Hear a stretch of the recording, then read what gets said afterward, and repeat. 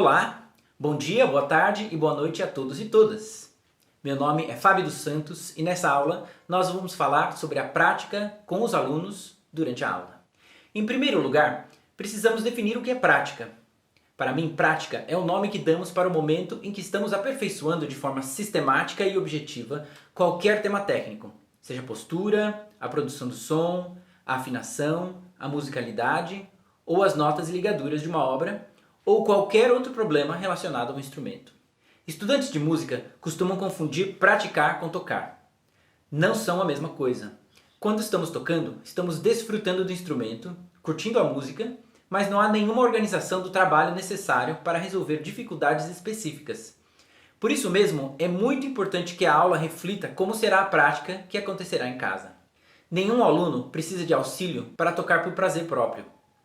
O processo de aprender a praticar, entretanto, pode ser desafiante porque depende da compreensão de problemas, de organização, de autodisciplina durante a prática, de regularidade, de repetição sistemática. Sem alguma instrução, a prática pode não ser objetiva. Seguem alguns princípios que podem ajudar você a estruturar sua aula para levar o aluno em direção a uma prática eficiente.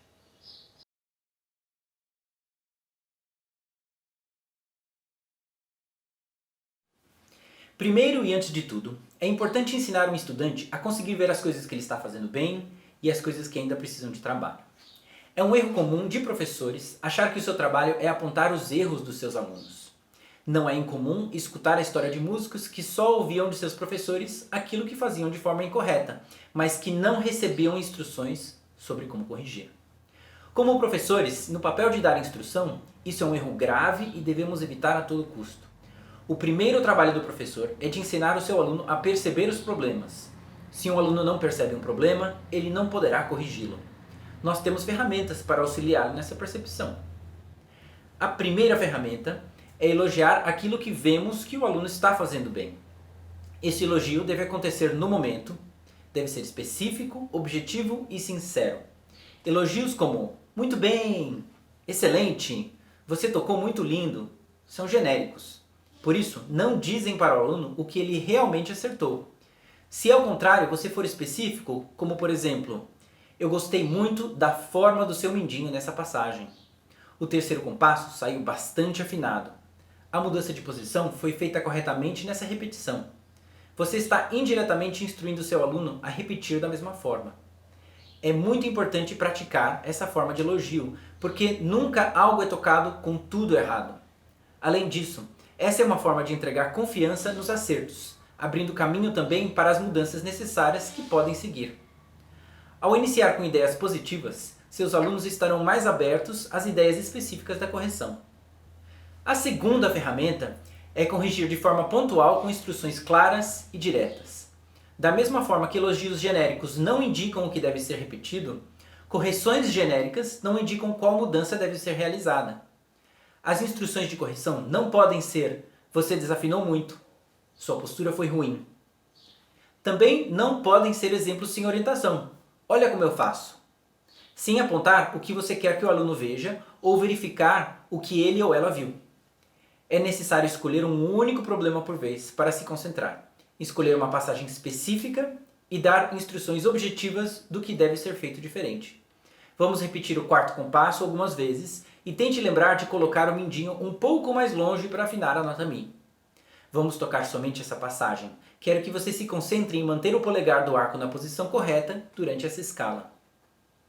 A forma e a intenção dos elogios e das correções são importantes porque elas ensinam para os alunos como avaliar o que foi bem feito, o que deve ser repetido e o que necessita ser resolvido.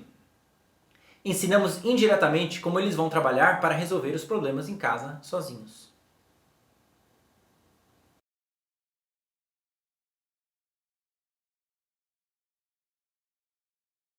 Como mencionei anteriormente, tocar e praticar não são a mesma coisa.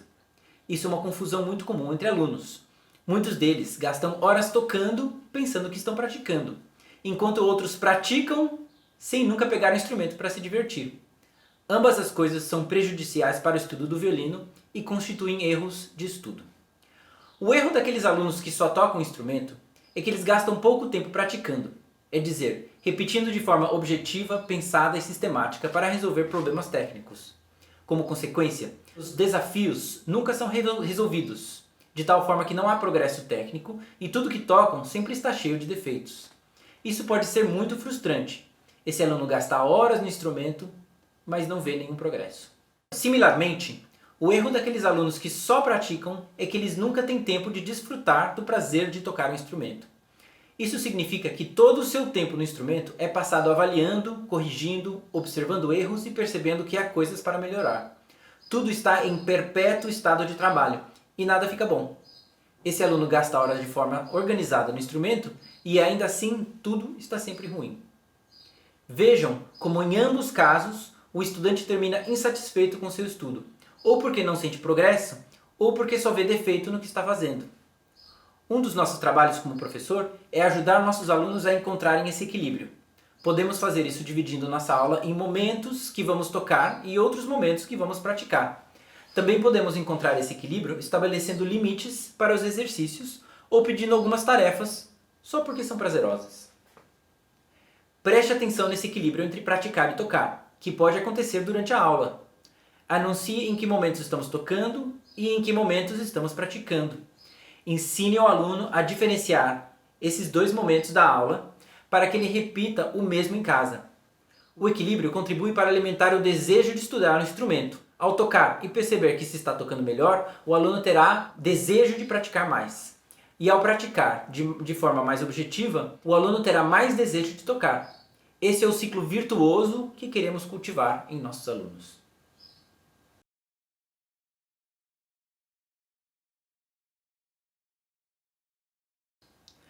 Como podemos ver, ensinar para um aluno o que ele vai fazer em casa é fundamental.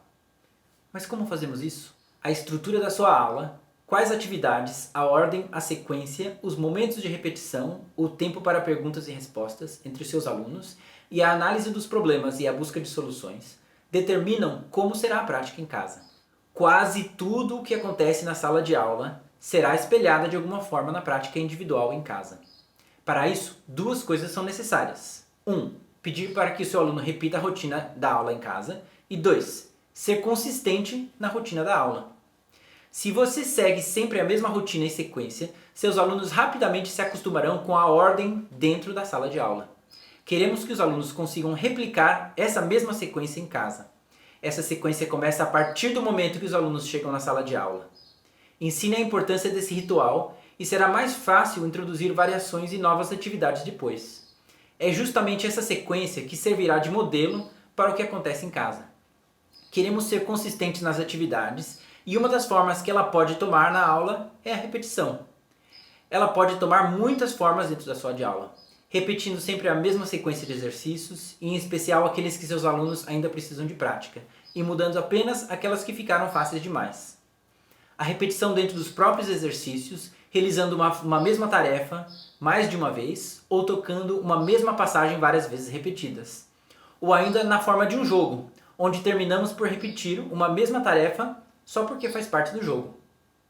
A repetição é um elemento muito importante da prática e ao fazê-la durante a aula, você está mostrando para os seus alunos como a repetição da rotina, dos exercícios, das passagens, etc., pode levar para a melhora e a fixação das soluções. Outra forma que devemos ser consistentes com nossos alunos é nas expectativas e nas cobranças. Ao cobrar uma coisa numa semana e outra noutra semana, podemos gerar insegurança e confusão. Os alunos não sabem o que esperar. Ser consistente nas atividades é ser consistente também no que você espera que eles consigam fazer. Qualquer mudança deve ser comunicada de forma direta e clara com um anúncio. Por exemplo, hoje eu percebi que todos aprenderam as notas. Então, a partir dessa aula de hoje, vamos cuidar para que todos nós toquemos com os arcos para a mesma direção. Também é importante tomar tempo de treinar as habilidades de percepção e análise dos seus alunos. Isso não significa ficar horas explicando conceitos técnicos ou musicais para os seus alunos, senão pedindo que eles avaliem e analisem o que eles percebem. Utilize palavras e expressões musicais e pratique com seus alunos que eles identifiquem isso no que tocam e no que escutam. Isso é uma parte importantíssima e necessária do estudo de um instrumento. a habilidade de perceber o que foi feito e de pensar como pode ser feito diferente.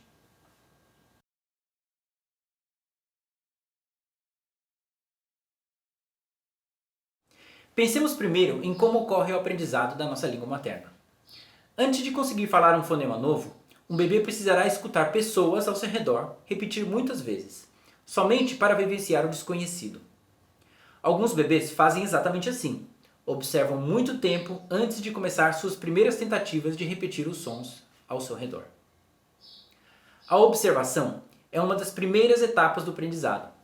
Pode ser difícil realizar uma nova tarefa sem nunca ter presenciado outra pessoa fazendo aquela mesma tarefa. Tenha isso em mente enquanto organiza sua aula. Você deverá mostrar e repetir em vários momentos da sua aula tudo aquilo que você quer que seus alunos façam regularmente. Essas demonstrações também podem ser outros músicos tocando ou até mesmo outros alunos que já conseguiram realizar a tarefa. Como já falamos anteriormente, a repetição é importante na prática do instrumento. Da mesma forma, ela é essencial também nas demonstrações. Isso também está relacionado à organização da sua aula.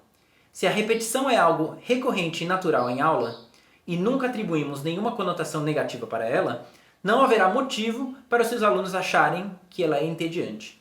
Vamos nos assegurar de que a repetição seja algo desafiante, mas dentro das possibilidades dos alunos, ou que tenha momentos inesperados, o que ajudará na atenção. Por fim, as explicações devem ser diretas, objetivas e pontuais. Quando elas são longas, podem gerar confusão, além de serem cansativas. A demonstração é, com frequência, uma forma mais eficiente de instrução, especialmente quando direcionamos a atenção dos nossos alunos para algo específico. Por outro lado, alguns assuntos e termos técnicos precisam de algum tipo de orientação. Preste atenção no tempo que é necessário nas palavras que você usa. Queremos dar preferências a palavras concretas e fazendo referências a sentidos e sensações, e não a conceitos abstratos. Por exemplo, vamos olhar para os pés e ficar como estátuas, no lugar de vamos ficar concentrados.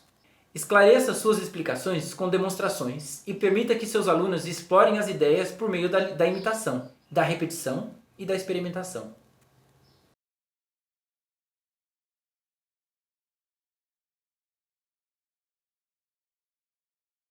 O conceito de erro e acerto na prática da música pode gerar confusão para um estudante. No sentido de evitar essa confusão, é importante ter claro que existem elementos técnicos e musicais que são fatos e outros que são escolhas. Vejamos, por exemplo, a seguinte mudança de posição. A mudança de posição é constituída por uma sequência de movimentos que deve ser executado numa certa ordem. Isso é um fato, porque se parte dessa sequência ou se a ordem dessas etapas não forem executadas, não teremos uma mudança bem-sucedida. Por outro lado, um bom violinista pode escolher se numa determinada passagem ele prefere terminar uma mudança no segundo ou no terceiro dedo. Observem que ambos casos poderiam ser percebidos como erros. O aluno errou a passagem porque errou as etapas da mudança ou errou a passagem porque trocou o dedilhado por não ter controle? No primeiro caso, o estudante que errou as etapas da mudança de posição realmente cometeu um erro técnico, porque não conseguiu concluir a sequência de movimentos. No segundo caso, talvez ele tenha acertado a sequência de movimentos, mas não teve domínio suficiente para escolher qual dedo queria terminar.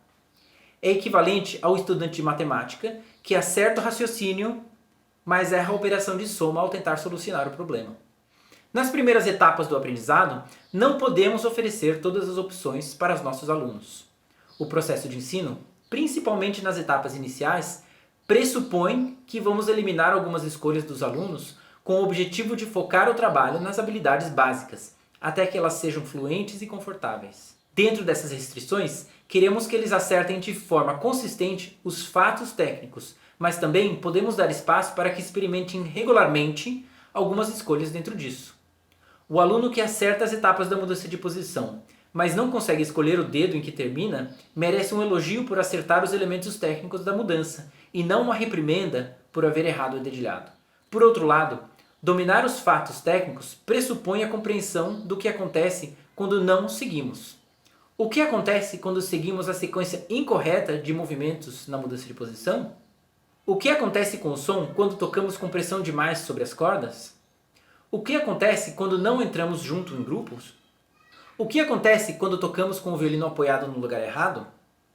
Na sala de aula, deve existir espaço para essas experimentações, para entender por que certas coisas funcionam e outras não, para conhecer como diferentes formas de tocar geram diferentes resultados, para experimentar os fatos e as escolhas. Não evite os erros, ensine por meio deles. Enquanto o acerto e o elogio nos dizem o que queremos repetir, a experimentação e o erro permitem descobrir por que certas coisas funcionam e outras não.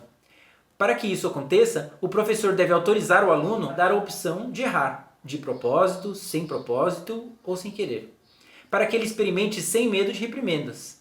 O erro e o acerto são partes essenciais do aprendizado. Abrace ambos com propósito.